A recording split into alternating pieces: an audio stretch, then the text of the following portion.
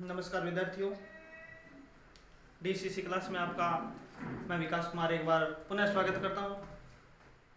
पिछली कक्षा था हम वर्ण विचारों पर विचार कर रहे थे और वर्ण विचार के विशेष तथ्य चल रहे थे और हमने 28 विशेष तथ्य कर लिए थे। 28 विशेष तथ्य कर लिए थे। नेक्स्ट विशेष तथ्य है 29 नंबर विशेष तथ्य, आगत व्यंजन। आगत व्यंजन 28 पीछे की कक्षा में हो गई और 29वां विशेष तथ्य आगत व्यंजन। आगत व्यंजन तो ज और फ, ज और फ ध्यान रखना। क वर्ग का तीसरा ज, क वर्ग च वर्ग का तीसरा वर्ण ज और प वर्ग का दूसरा फ, अगर ये बिना नुक्ते के आते हैं, नीचे नुक्ते का प्रयोग नहीं किया जाता, बिना नुक्ते के आती है तो वो व्यंजन कहलाएंगे, शुद्ध व्यंजन। लेकिन अगर नीचे क की और ज की और फ के नीचे नुक्ता लगा दिया जाए तो इनको हम आगत व्यंजन कहते हैं। आगत व्यंजन क्यों? क्योंकि फारसी भाषा के हैं। किसके हैं? फारसी भाषा के हैं और हिंदी के अंदर अन्य भाषा से आ गए। हिंदी के अंदर अन्य भाषा से आ गए तो इनको हमें आगत व्यंजन कहते हैं। कारण पूछे आगत क्यों कहते हैं तो क्यों? फारसी भाषा के और इनका प्रयोग हिंदी के अंदर होने लग गया तो इनको आगत व्यंजन कहते हैं। उसके बाद 30वां विशेष तथ्य नेक्स्ट, ट और ड। ट और ड अगर आधे ट के बाद में, आधे ट के बाद में और आधे ड के तुरंत बाद में अगर र का प्रयोग होगा तो हम इस प्रकार करेंगे, इस प्रकार करेंगे र का प्रयोग।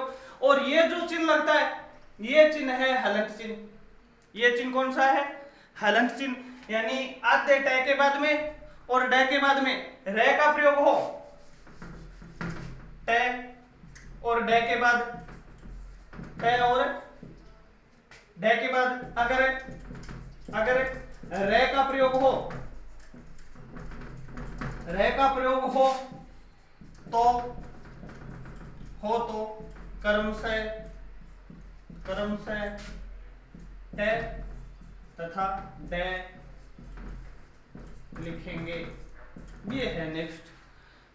मतलब ये है कि ट के बाद देखो, प के बाद आधा प है, आधे प के बाद में अगर हम र लिखेंगे तो इस प्रकार लिखेंगे जैसे प्रकाश। लेकिन आधे ट के बाद में ये आधा ट है और ये क्या है? आधा ड। और ये चिन्ह अगर पूछे आपसे तो ये हलंत चिन्ह है।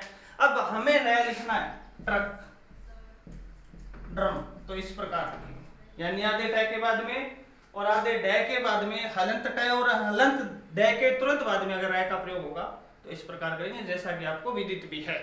ये है हमारा 30वां विशेष तथ्य। उसके बाद अर्धस्वर, 31वां विशेष तथ्य अर्धस्वर किसको कहते हैं? पीछे भी कर चुके हम इस पर। अर्धस्वर 31,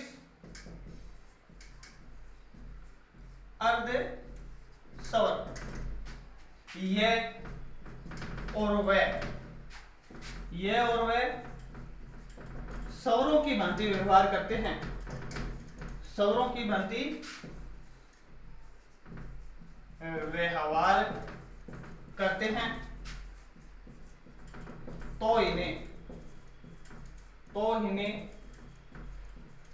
अर्धस्वर कहा जाता है।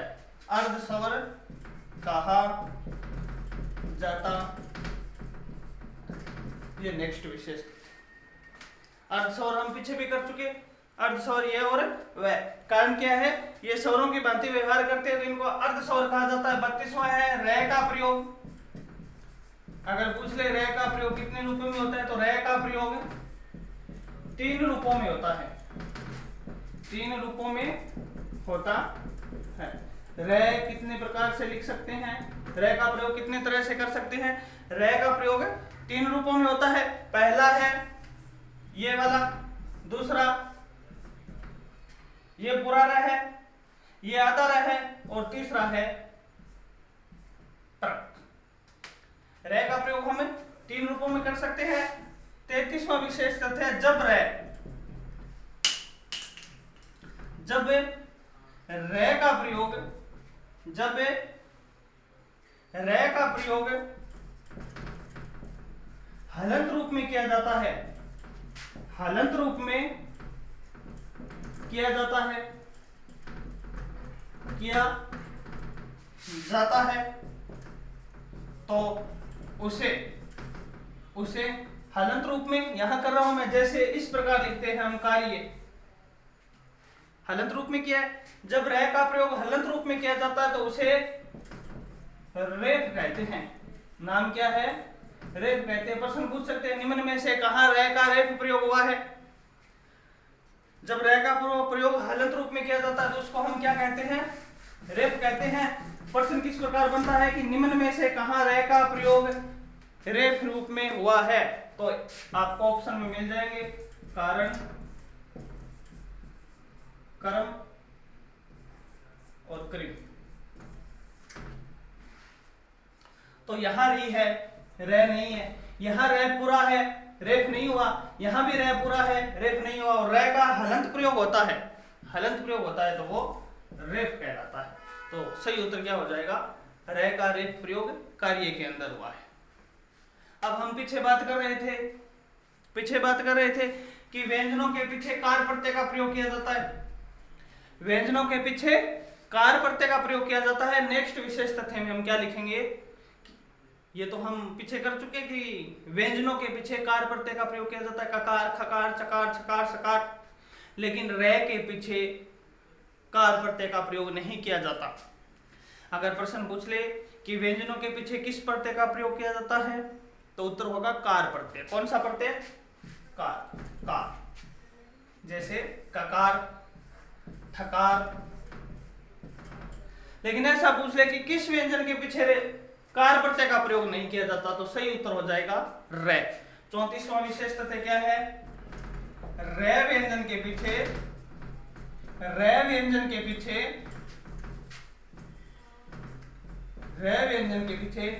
कार प्रत्यय का प्रयोग नहीं किया जाता। कार प्रत्यय का प्रयोग नहीं किया जाता। ये हो गया हमारा नेक्स्ट विशेष तथ्य कि व्यंजनों के पीछे कार प्रत्यय का प्रयोग किया जाता है और रे के पीछे कार प्रत्यय का प्रयोग नहीं किया जाता। अगर प्रश्न पूछे कि किस व्यंजन के पीछे कार प्रत्यय का प्रयोग नहीं किया जाता तो सही उत्तर हो जाएगा आपका रे के पीछे। नेक्स्ट विशेष तथ्य 35 जो भी नंबर आ रहा है, रे है, आधा रे, और रे के पीछे अगर छोटा ऊ लगाएंगे तो इस प्रकार लिखा जाएगा रू। रे के पीछे अगर छोटा ऊ लगाएंगे तो इस प्रकार लिखा जाएगा रू। और अगर रे के पीछे बड़ा ऊ लगाएंगे तो यहां इसको गोलाई दी जाएगी रू। हमें पता है यानी रे है, इस प्रकार नहीं लिखेंगे, ये भी गलत है और ये भी गलत है। इस प्रकार लिखेंगे। ये तो जो बिना गुलाई वाला है ये तो छोटा रू है और जहां गुलाई होगी वो बड़ा रू है। तो ये रह के छोटा रू और बड़ा रू के प्रकार है। उसके बाद नेक्स्ट बात करेंगे हम कि 36वीं बात करेंगे। कौन सी बात करेंगे? 36 नंबर। ये है आधा सेट, ये है आधा सेट, ये भी क्या है? आधा सेट, और ये भी क्या है? आधा सेट। ये क्या है? ये भी आधा सेट, ये भी आधा सेट और ये भी आधा सेट। अगर आधे सह के बाद, अगर हम आधे सह के बाद अगर रे का प्रयोग करेंगे तो इस प्रकार करेंगे। 36वां विशेष तथ्य है, सह के बाद अगर रे का प्रयोग करेंगे तो इस प्रकार करेंगे,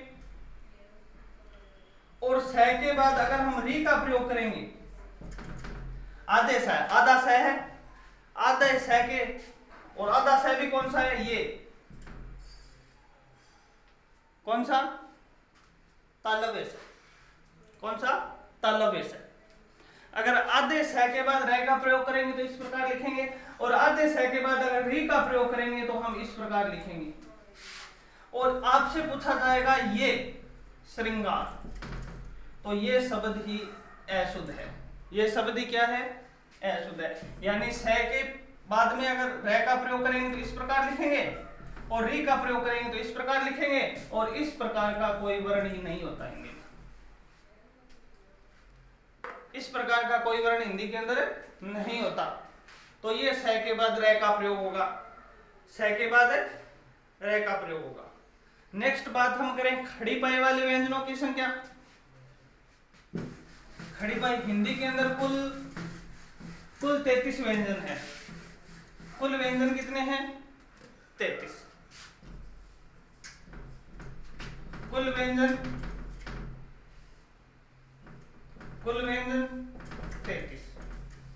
खड़ी पाई वाले अगर पूछे खड़ी पाई वाले व्यंजनों की संख्या, खड़ी पाई वाले व्यंजनों की संख्या, खड़ी पाई वाले व्यंजनों की संख्या पूछे तो 24। खड़ी पाई वाले, खड़ी पाई इसको बोलते हैं, ये खड़ी पाई है और ये क्या है? शिरोरेखा। सॉरी खड़ी पाई इसको बोलते हैं और ये है शिरोरेखा। ये तो क्या है? खड़ी पाई और ये क्या है? शिरोरेखा। तो खड़ी पाई यानी इस लाइन वाले व्यंजनों की संख्या कितनी है? जो खड़ी पाई है तो खड़ी पाई वाले व्यंजनों की संख्या कितनी होती है? 24। अब शेष 9 रह गए। शेष 9 में से 8 गोल वर्ण है। 8 क्या है? गोल वर्ण। अगर पूछे गोल वर्णों की संख्या तो क्या कितनी होगी? 8। गोल वर्णों की संख्या 8। देखिए किसे होगी? क के अंदर खड़ी पाई है, ख के अंदर खड़ी पाई है, ग घ, एक तो हो गया अंग, ये गोल वर्ण है। गोल का मतलब होता है यहां जो गुलाई आती है वो क्या है? गोल वर्ण। खड़ी पाई नहीं है, एक तो अंगा हो गया। 8 कुल है 33। 33 में से 24 है खड़ी पाई वाले, पीछे कितने रह गए? 9। शेष बचे 9 है, उन 9 में से 8 गोल वर्ण, एक तो आ गया अंग। उसके बाद च नहीं है, फिर क्या गया? 6। ज के अंदर खड़ी पाई है, झ के अंदर खड़ी पाई है, ये फिर क्या गया? ड और ढ। ये गोल वर्ण लिख रहा। ये गोलाई चाहे इस साइड में हो और चाहे ऐसे हो, ये गोलाई वाले क्या है? गोल वर्ण। उसके बाद द और उसके बाद एक है, ये क्या है? गोल वर्ण। गोल वर्णों की संख्या 8 जो आपके सामने। इन 8 को गोल वर्ण बोलते हैं। कुल व्यंजन है 33। 33 में से खड़ी पाई वाले 24, पीछे रह गए 9। 9 में से 8 क्या है? गोल वर्ण। कौन कौन से हैं?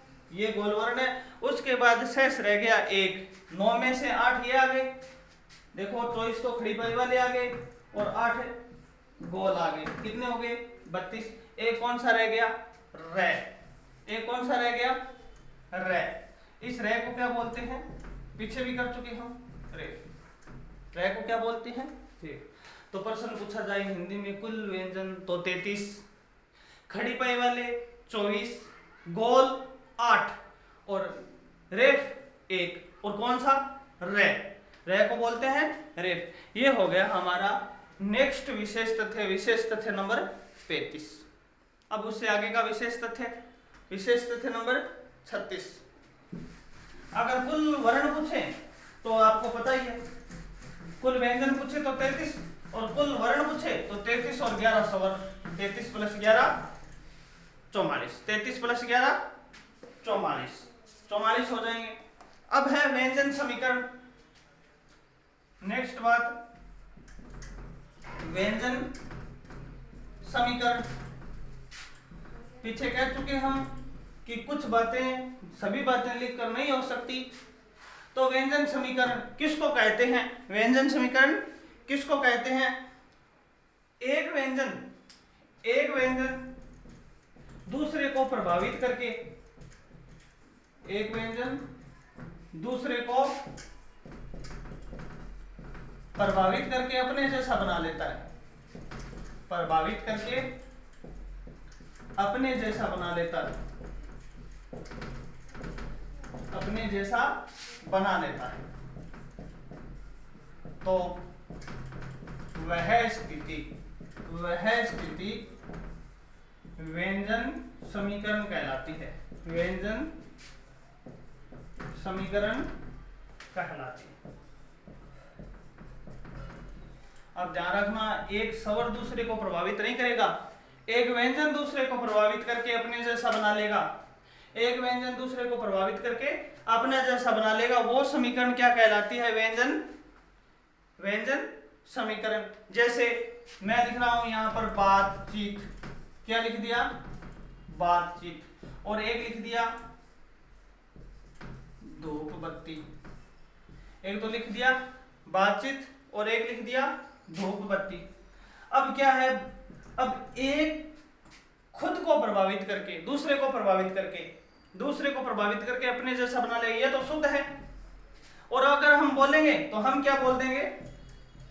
बातचीत। क्या बोल देंगे? बातचीत। और धूप बत्ती को क्या बोल देंगे? धूप बत्ती। धूप बत्ती को क्या बोल देंगे?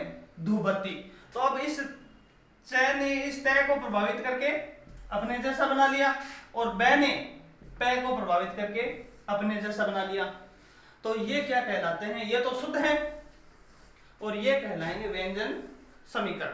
व्यंजन समीकरण, एक व्यंजन दूसरे को प्रभावित करके अपने जैसा बना लेगा तो व्यंजन समीकरण कहलाएगा। नेक्स्ट विशेष तथ्य, ध्वनि विप्राय। ध्वनि विप्राय किसको बोलते हैं? नेक्स्ट विशेष तथ्य नंबर 37,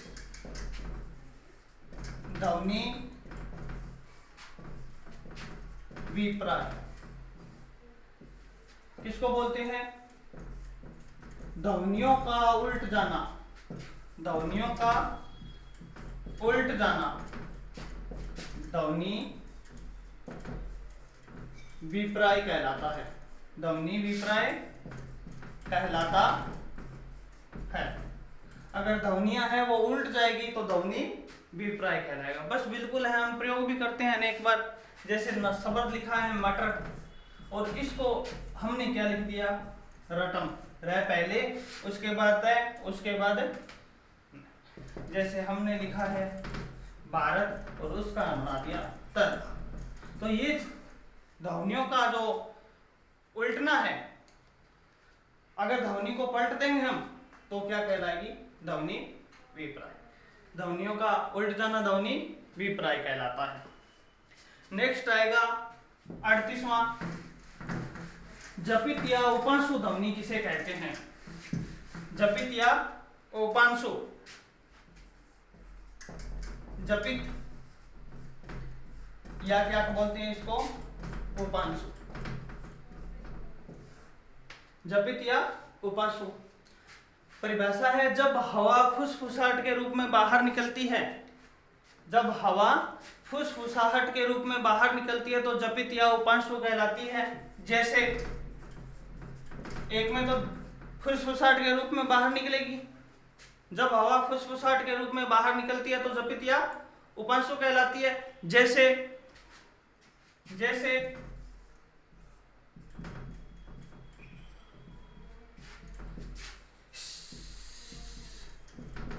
फिर कोई है, एक सीरियल आता था, फिर कोई है। दूसरा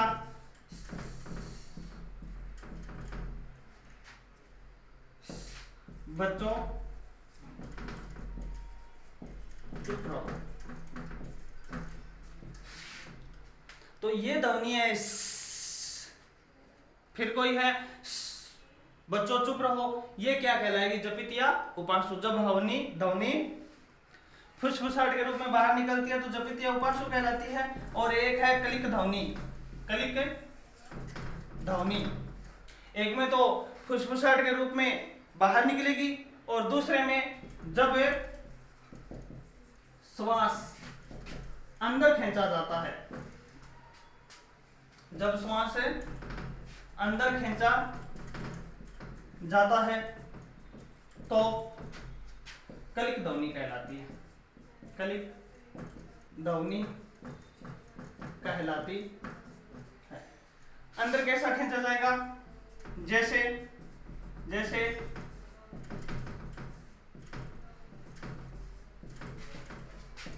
आज बहुत ठंड है। अब एक में तो चुप रहो और एक में क्या है, आज बहुत ठंड है, अंदर खींचते हैं ना सांस, आज बहुत ठंड है, तो ये क्या है, कलिक ध्वनि कहलाएगी। ये क्या कहलाएगी, कलिक ध्वनि, कलिक ध्वनि कहलाएगी। हवा फुसफुसाहट के रूप में बाहर निकलेगी तो जपित या उपासु, और अगर हवा अंदर खींची जाएगी तो कलिक ध्वनि। इसका उच्चारण स्थान है वो लंबा होगा और इसका बिल्कुल छोटा होगा। इसको तो लंबा लेके जाएंगे और इसको छोटा करेंगे बिल्कुल। तो ये दो शब्दावली हो रहा है, जपित या उपासु किसको कहते हैं, कलिक ध्वनि किसको कहते हैं। उसके बाद नेक्स्ट विशेष तथ्य है वो है आपका पशु पक्षियों की आवाज है वो भी ध्वनि के अंतर्गत आती है। अब आपको पूछ ले निम्न में से ध्वनि कौन सी है, निम्न में से ध्वनि कौन सी है, और एक तो दे दिया आपको जैसे चलना, ध्वनि कौन सी है, निम्न में से ध्वनि कौन सी है, तो पशु पक्षियों की आवाज है वो किसके अंदर आएगी, ध्वनि। अब ये आपको दहाड़ना है, ये शब्द नहीं है, दहाड़ना किसकी आवाज है, शेर की आवाज है, शेर की आवाज है। रामभाना, रामबाना किसकी आवाज है, गाय की आवाज है। तो ये अब शब्द नहीं है, ये क्या है, ये भी क्या है, ध्वनि। पशु पक्षियों की आवाज है वो भी ध्वनि के अंतर्गत आएगी, उसको भी हम ध्वनि बोलेंगे, पशु पक्षियों की आवाज को भी। उसके बाद खड़ी हिंदी है, हिंदी, हिंदी, हिंदी का अर्थ है खड़ी बोली, खड़ी बोली प्लस ब्रिज भाषा। खड़ी बोली और ब्रिज भाषा का जो मिश्रण है वो क्या कहलाता है, हिंदी कहलाता है। खड़ी बोली और ब्रिज भाषा का मिश्रण है वो हिंदी कहलाता है। उसके बाद हमारा लास्ट विशेष तथ्य, अंतिम विशेष तथ्य आ रहा है कि किसी भी भाषा को लिखने का ढंग है, किसी भी भाषा को लिखने का ढंग लिपि कहलाता है। लिपि किसको कहते हैं, लिपि किसको कहते हैं, लिपि भाषा को लिखने का ढंग लिपि कहलाता है, लिपि कहलाता है। उसके बाद किसी हिंदी शब्द का सर्वप्रथम प्रयोग, हिंदी शब्द का सर्वप्रथम प्रयोग, हिंदी शब्द का सर्वप्रथम प्रयोग काफरनामा ग्रंथ में मिलता है। काफरनामा, हिंदी शब्द का सर्वप्रथम प्रयोग काफरनामा ग्रंथ में हुआ है। और अंग्रेजी है, अंग्रेजी के अंदर स्वर और व्यंजनों को अलग अलग स्थान नहीं दिया गया, स्वर और व्यंजनों को अलग अलग स्थान नहीं दिया गया है, लेकिन हिंदी वर्णमाला को अलग अलग स्थान दिया गया है। हिंदी वर्णमाला को, हिंदी वर्णमाला को स्वर व व्यंजन में बांटने का श्रेय, हिंदी वर्णमाला को स्वर व्यंजन में बांटने का श्रेय किसको जाता है, महाभाष्य के लेखक, महाभाष्य के लेखक पतंजलि, पतंजलि को दिया जाता। ये थे हमारे वर्ण विचार से संबंधित प्रमुख विशेष तथ्य, और इन्हीं विशेष तथ्यों के साथ हमारा पहला अध्याय जो चल रहा था वर्ण विचार वो समाप्त हो गया। वर्ण विचार की 12 कक्षाएं हैं वो पूर्ण हो गई। नेक्स्ट क्लास में हम नेक्स्ट टॉपिक पर चर्चा करेंगे।